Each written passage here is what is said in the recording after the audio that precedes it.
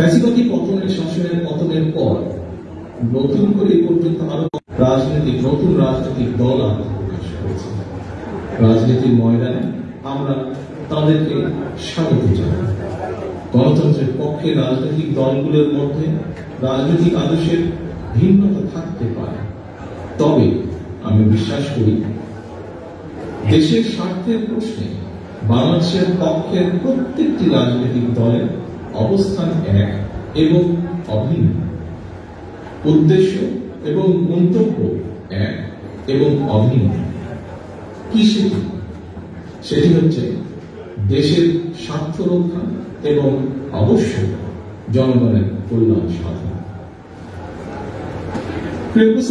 তবে যে রাজনৈতিক দলটি গণতান্ত্রিক রাজনৈতিক চরিত্র গণতন্ত্র হারিয়ে স্বাধীন সার্বভৌম বাংলাদেশের ফ্যাসিবাদী শাসনের জন্ম দিয়েছে, সংবিধান লঙ্ঘন করে মানুষের গণতান্ত্রিক অধিকার হরণ করেছে, খুন গুম অপহরণ সন্ত্রাস দুর্নীতিতে জড়িয়ে পড়েছিল,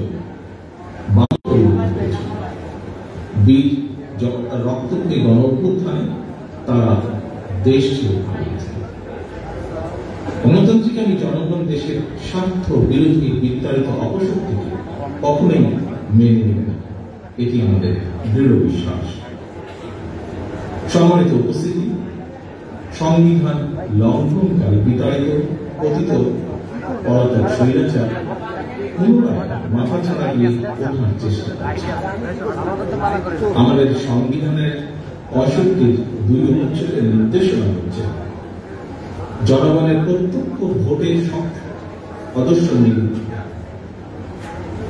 কিন্তু সংবিধান লঙ্ঘন করে এই পলাতক স্বৈরাচার জনগণের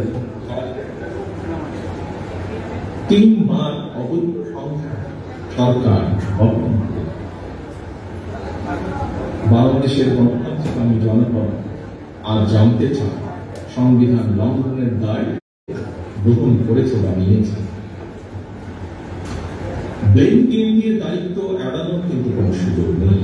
অন্তর্বর্তীকালীন সরকার পদক্ষেপ নিতে যারা জাতীয় নির্বাচনের আগে স্থানীয় সরকার নির্বাচনের কথা বলেছেন তাদেরকে আমি বলতে চাই, লুটপাট আর দুর্নীতির শত শত আপনাদের সঙ্গে আমি শেয়ার করতে চাই, আপনাদের সামনে আজকে এই সুন্দর মুহূর্তে আমি আপনাদের সামনে উপস্থাপন করতে চাই।